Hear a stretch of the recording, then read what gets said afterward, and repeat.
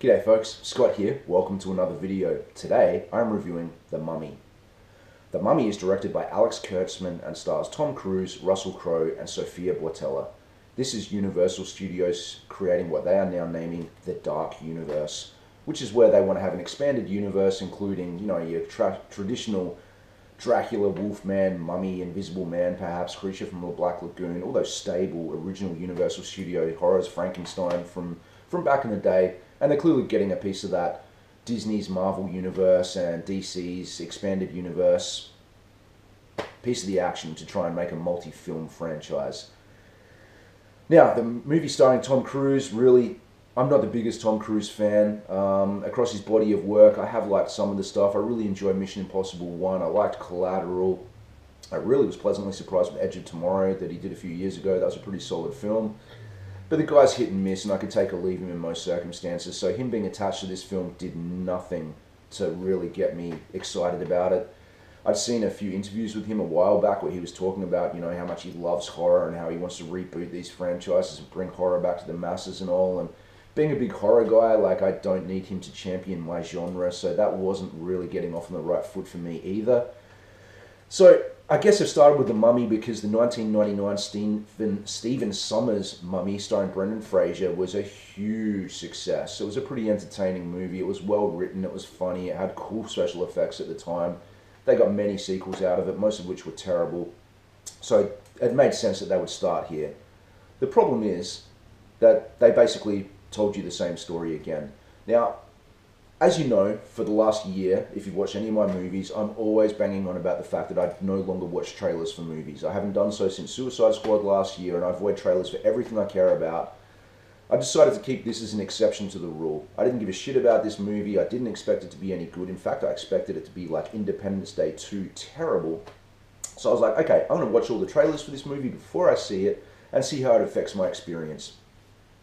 It didn't save or break it, really. I don't think anything could have saved it.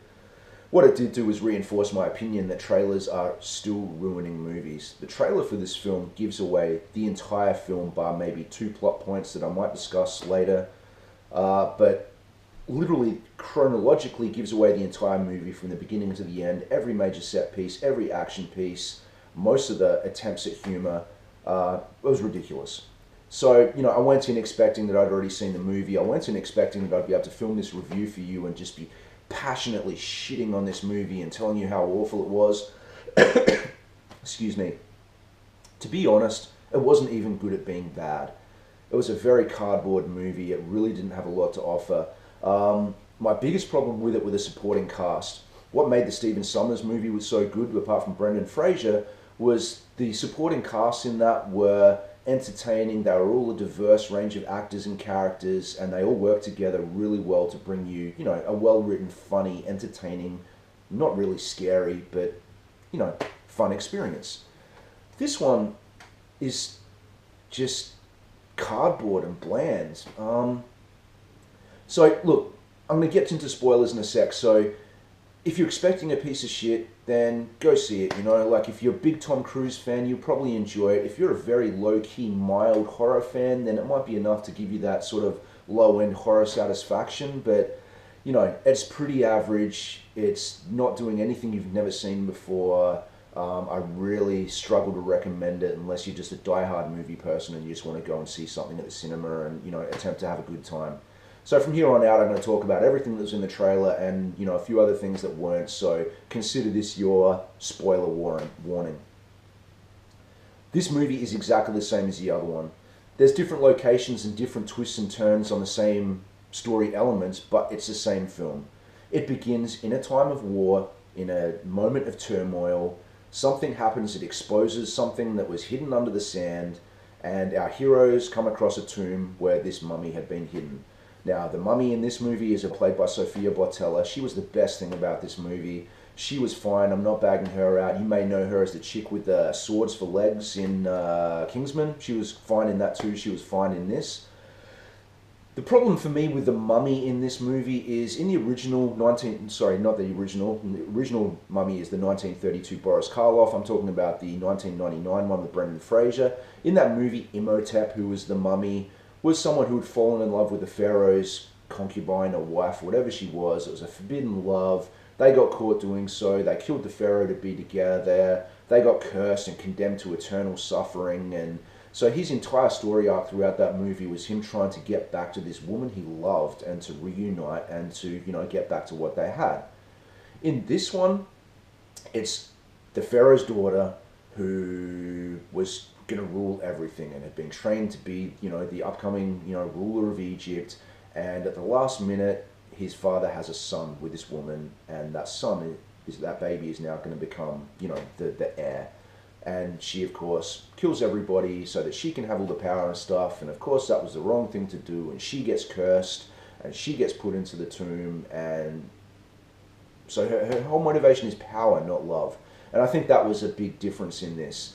So what they did was flip this. In the other one, Imhotep became very infatuated with Rachel Weisz's character, this very innocent, cute, educated, funny, naive British girl.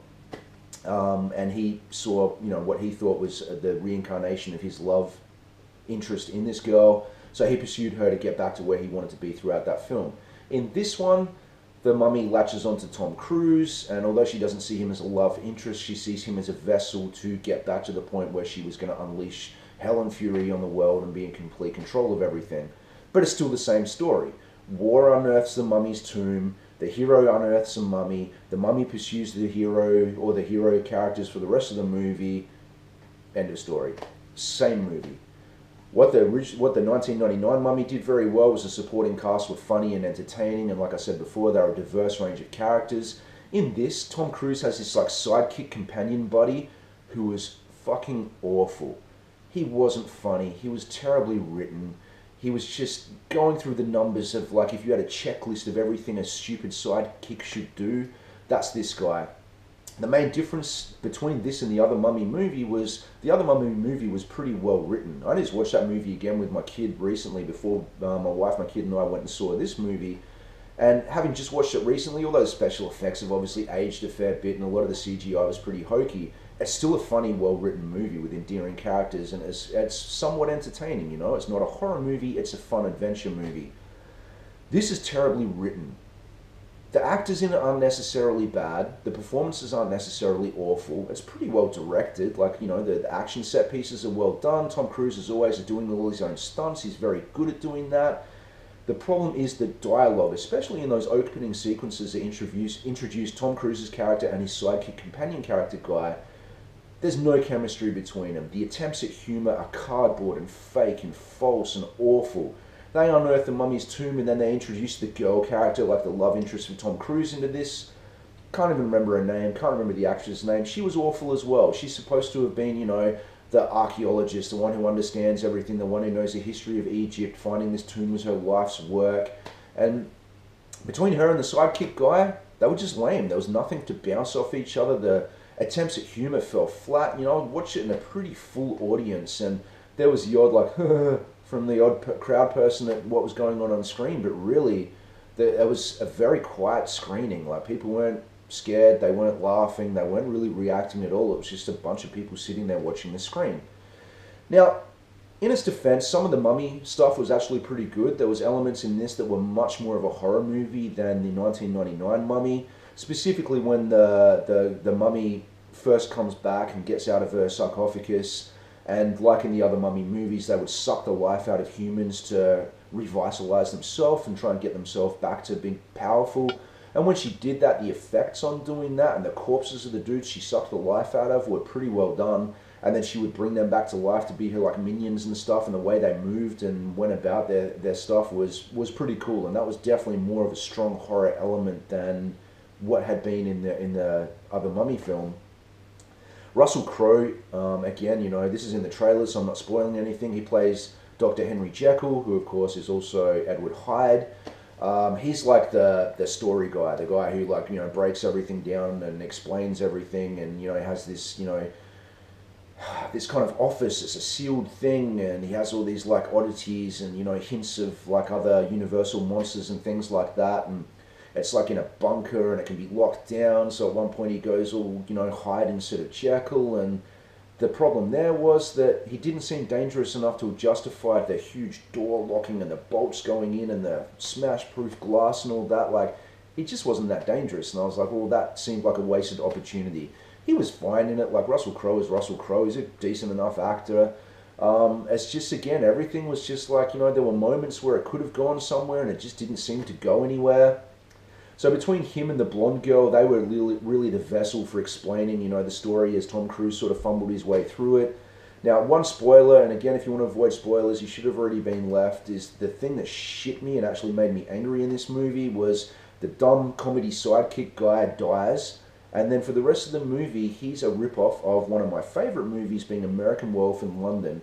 He's a ripoff of Jack, basically being there to tell the main character the origins of the curse and what he has to do to overcome the curse and kind of giving the rules out and still attempting to be funny. And it was such a blatant ripoff of American Werewolf that was the only emotional response I got out of this movie, was anger at the fact that they were stealing from one of my favorite movies. All the set pieces are in the trailer. The effects were fine. I really don't have that much else to say about it. I don't remember the music at all. It must have been pretty non-noticeable. The music was pretty good in the other Mummy movie. It had that Egyptian flavor to it. Nothing stands out about this. Like I said, it was well shot. The action was well done. It was well put together. Most of the effects were pretty good. Like I said, no one was a terrible actor. They just all suffered from terrible writing, and that was the biggest problem, is I wasn't really entertained by seeing the peril that these people were in. I never felt like I was concerned for their well-being or what was going to happen to them. I was just watching a movie that went from point A to point B and ended, and was clearly an attempt at setting up this expanded universe. So if they're going to keep going with these, like if enough of you people see this thing to actually make it enough money that they will make more movies in this, I really hope they get a better writer for the next one, and I really hope they put a lot more effort into constructing a story that's going to be more interesting to sit through. Because like I said, if I had a choice, I would really just watch the 1999 one again. It was a better made movie, it was a funnier movie, it was a more entertaining movie. This didn't have much going for it. So that's all I've got to say, guys. I think the next movie I'm going to be back for is the new Transformers film, which I'm sure is going to be a giant piece of shit as well. I've been thinking about doing like a actual no trailer policy video. As always, if you feel inclined to leave any comments or your opinions on this, please feel free to do so down the bottom. Please subscribe to my channel if you haven't yet. Check out my other videos if you've got some time. And thanks very much for watching, folks. Thank you.